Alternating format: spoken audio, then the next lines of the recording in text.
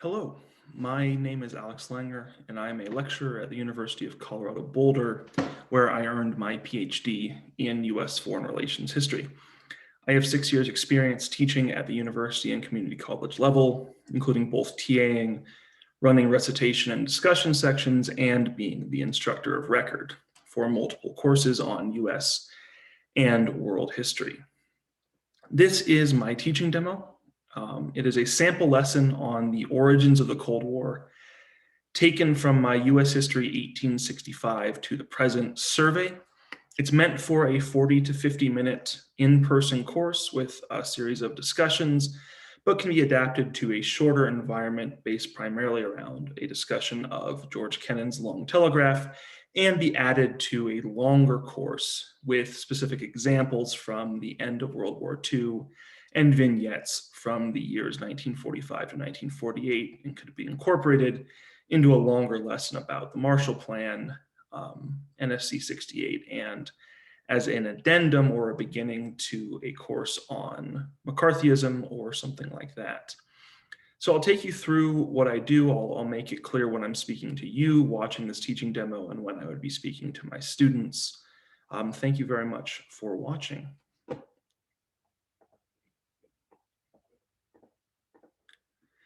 I begin each class with music from the era, or sometimes, in the case of the end of the Cold War, with music from a later era that is reflecting on the end of the Cold War.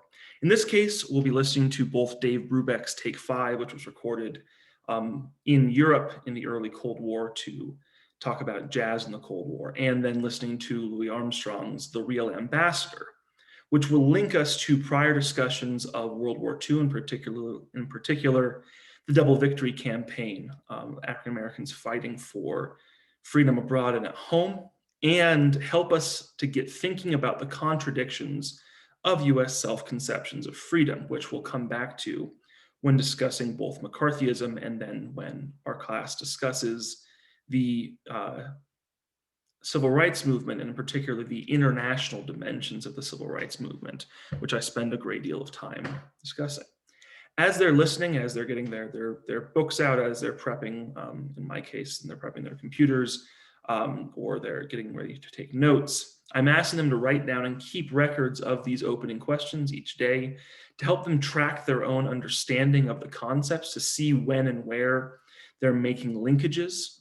In my college classes, they turn these in via Canvas or D2L at the end of each week, and I give comments based on things that they're doing well on or things that they might want to go back and reread. But in a high school classroom, I would collect them at the end of each week and do the same, giving them back to them on Monday.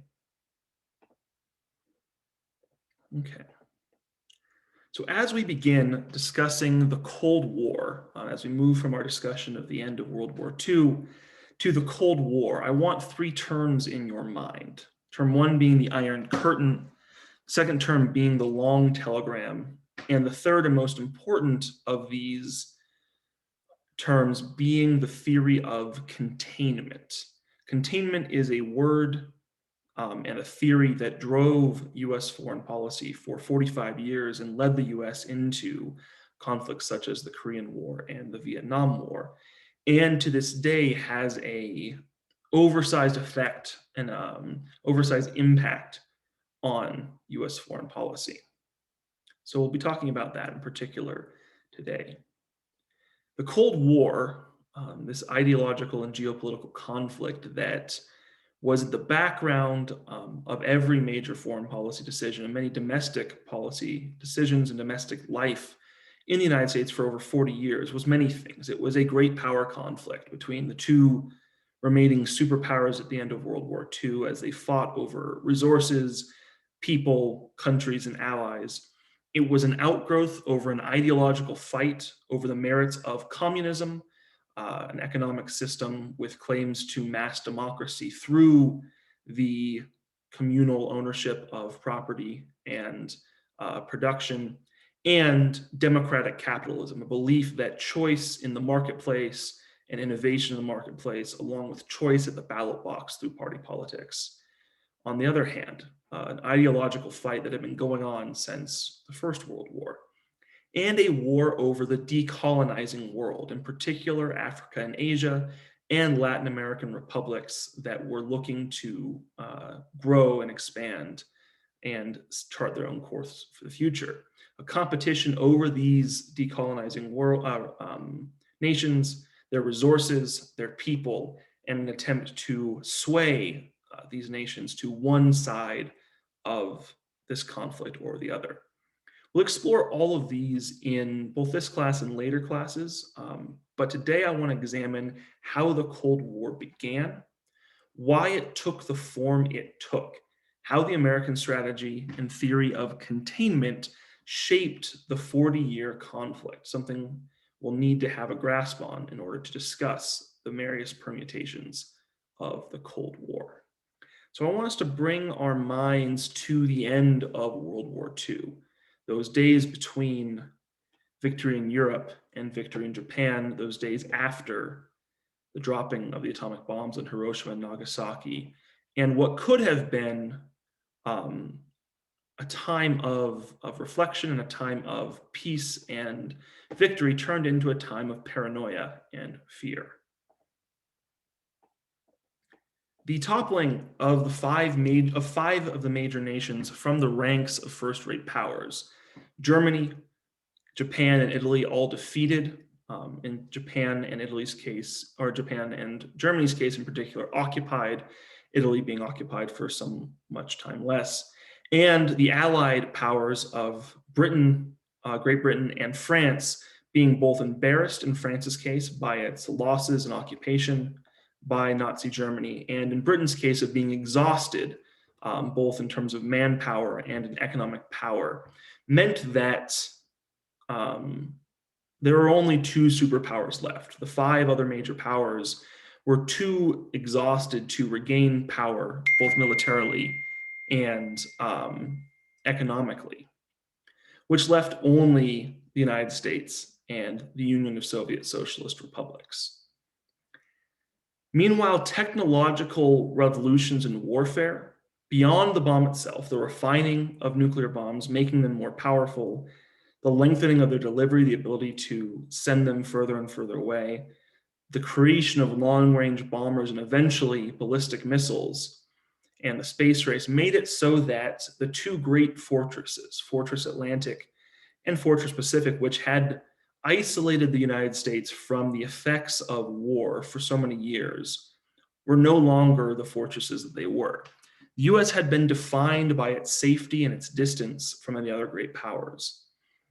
Since the Civil War, the only major violence on US soil had been the attacks on Pearl Harbor, and Hawaii was not yet a state, was still seen by many as American colonial holding.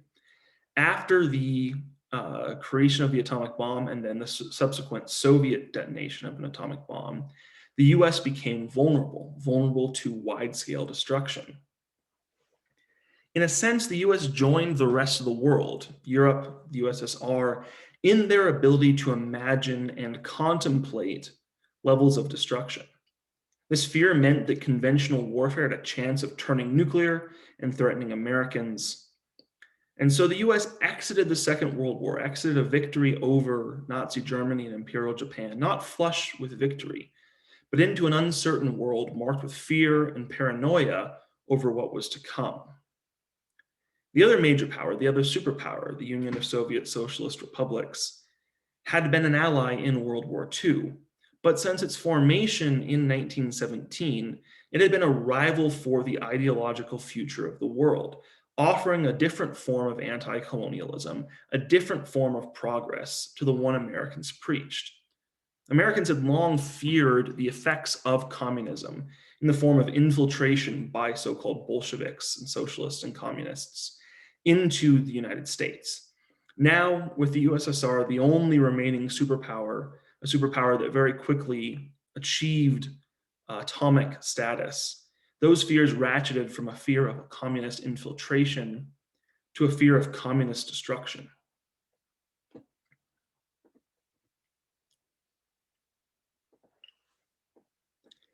These fears drove both superpowers towards an obsessive concern with national security. US officials found themselves bewildered over their former allies' actions. The Soviets under Joseph Stalin were doing alarming things in the eyes of US policymakers, violating wartime agreements towards the creation of democratic governments in Europe, tightening their military grip over most of Eastern Europe. The USSR did not leave its troops, the Red Army did not leave Germany after the war. They installed a new communist government in Poland, claiming that the exiled government of Poland had lost the right to govern when they had fled in the face of the Nazis. This Polish government had fled to Great Britain and had been guaranteed the right to come back by the British. They did the same thing in Finland, the Baltic nation, which came under their control in 1945. They did the same thing in Romania and in Bulgaria. Meanwhile, Yugoslavia under Tito was a Russian ally until 1948. Each of the four allied powers, the Soviet Union, the United States, Great Britain, and France, had a zone of Germany meant to be a temporary occupation until the question of what to do with Germany could be decided.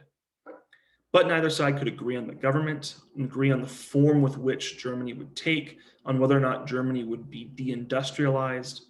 Both sides claimed they wanted to unite Germany again, but worried that democratic elections would lead the other ideology to take over, and that a united Germany might either look west to attack France, as it had done many times in the past, or once again look east to attack the Soviet Union, as it had done twice in the 20th century, to great and devastating effect.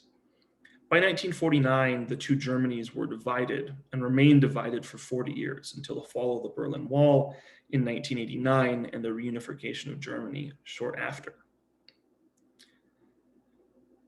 American policymakers were worried, trying to figure out what the Soviet Union was doing, why it was choosing to violate wartime agreements, why it was no longer seemingly interested in remaining an ally of the United States, why it wished to install governments loyal to itself across Eastern Europe. Winston Churchill, the former British Prime Minister, in a speech in Missouri, called out that an iron curtain, he said, had descended across Europe, an iron curtain marked by the division between the Soviet and Western or American and British spheres. So policymakers in Washington wanted to find a philosophy or an argument as to why the Soviets were doing what they were doing and what underpinned Soviet strategy. And into that came the writings of George Kennan, a State Department analyst who would come to define the Cold War. On February 22nd, 1946, the State Department's telex machine began clattering with an 8,000-word telegram from Moscow. The cable came from George Kennan, a 42-year-old analyst in the U.S. Embassy in the USSR. He was a Soviet specialist who had been studying, observing, and analyzing the Russians for years. And he wrote the telegram to try to explain Soviet aggression to a puzzled officials in Washington. In this long telegram, later published as an article called Containment in the magazine Foreign Affairs, he laid out a frightening portrait of an aggressive Soviet Union and their leader, Joseph Stalin, bent on world domination.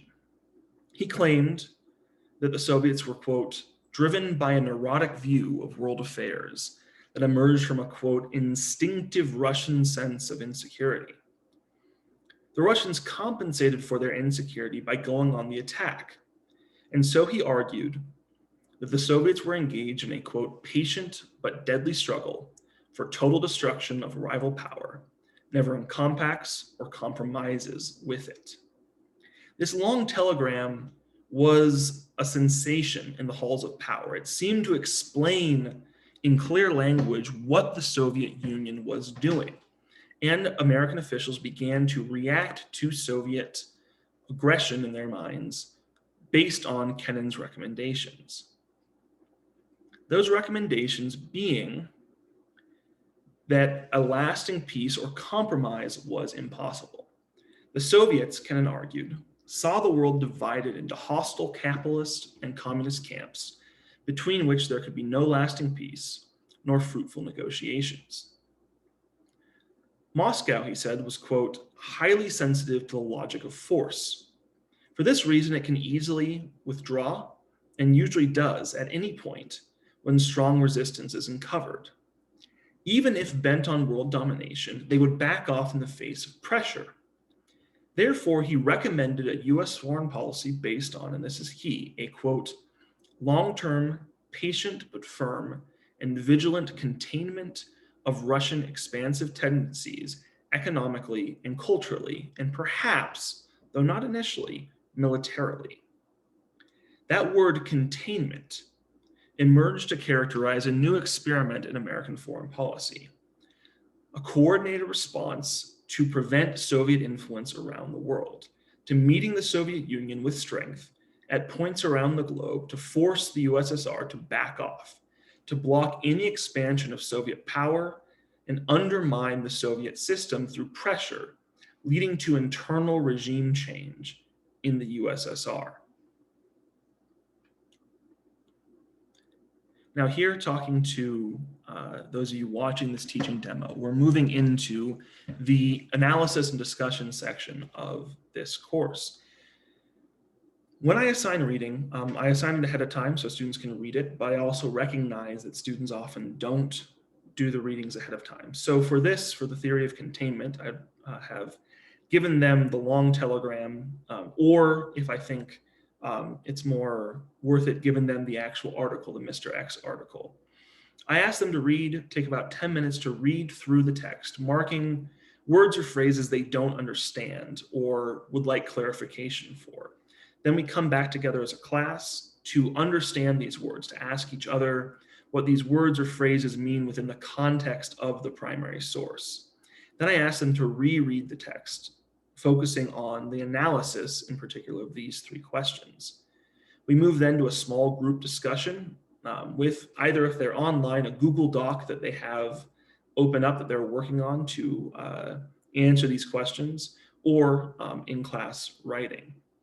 Then we turn to a discussion with the full class, hoping to understand, for every student in the class, these three questions. In this case, students often stumble on Kennan's focus on the so-called Russian psyche, based as it is on an understanding of national and cultural and ethnic characteristics that they might be unfamiliar with. And then in the discussion, they have some questions about what containment is. So I'd set aside roughly 15 to 20 minutes to discuss the theory of containment. And these three questions in particular. What were the USSR's post-war goals according to Kennan in the article? How would they seek to achieve these goals? What would happen if the US made concessions, if the US chose to compromise with the USSR? And what exactly, in Kennan's words and minds, did containment mean? At the end of this discussion, students should have a firm grasp on his beliefs that containment was mainly economic and cultural, and did not yet involve proxy wars, though very quickly after the writing of the long telegram, the US began to think of containment as also involving proxy wars. That containment was open-ended and reactive and not proactive. And that Kennan believed that containing the Russians would, because of the innate inferiority of communism, cause the internal collapse of the Soviet Union, that the US's goal was to contain Russia until it collapsed itself, not to achieve victory over the Soviet Union. Now that, depending on timing, depending on how much focus we put on the Cold War and on US foreign relations, could be where I ended. But if we have more time, if we perhaps have a second class, or if this is a class focused on US foreign policy, I assign a second reading, Walter Lippmann's Critique of Containment. And so I'm going to then talk to my students again. The alternate view to Kennan's formation of the Cold War and Kennan's view of the Soviet Union goes like this. In 1945, having been ravaged by war twice in a generation, the USSR was weak and thus neither willing nor able to pursue an aggressive foreign policy, no matter Joseph Stalin's personality or threats.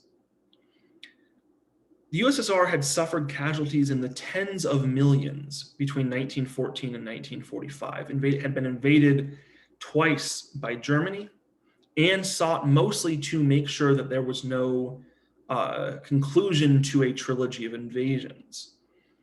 They felt threatened by America's technological superiority and military power, and America's relative emergence from the war unscathed.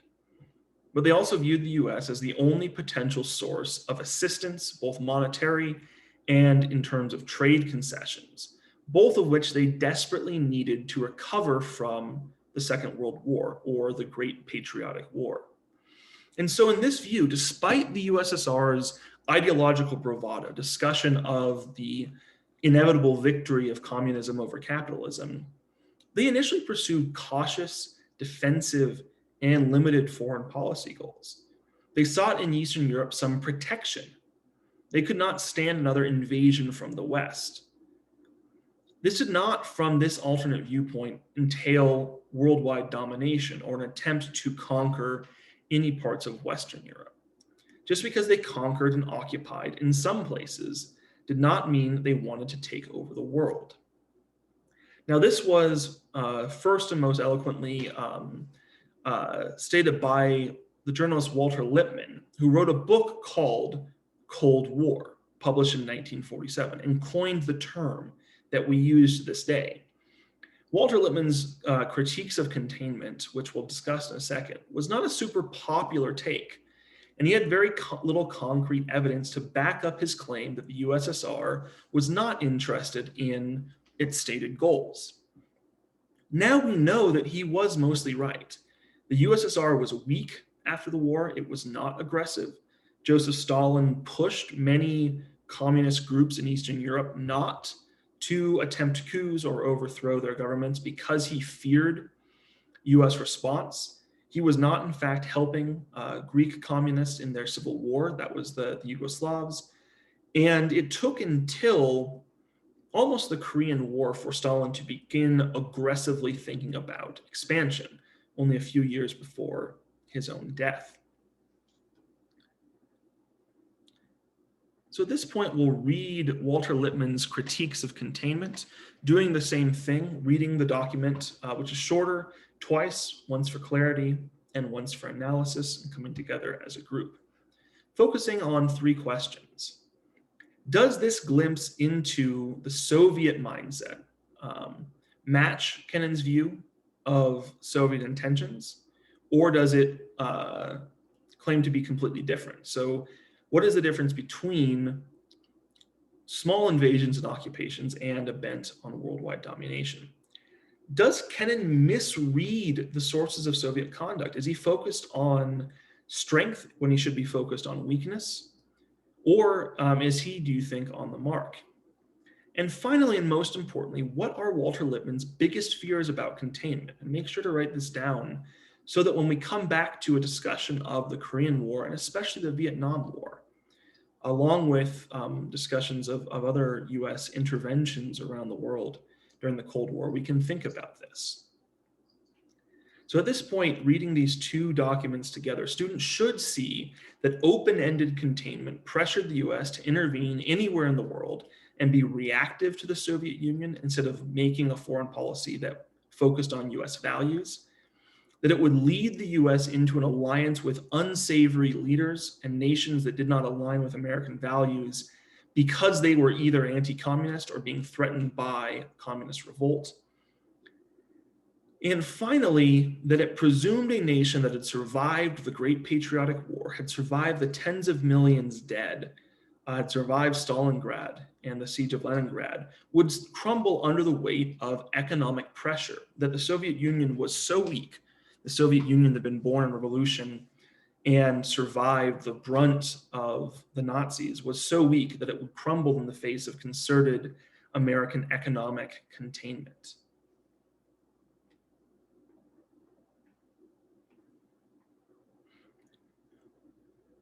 The effects of this, whether or not containment was the only way forward for the United States, whether we merely reacted to Soviet aggression or exaggerated that threat and pursued an activist, combative, global foreign policy to expand American influence, this nation and many of the people within it came to understand the Cold War in terms of containment, a zero-sum game, much like the board game Risk.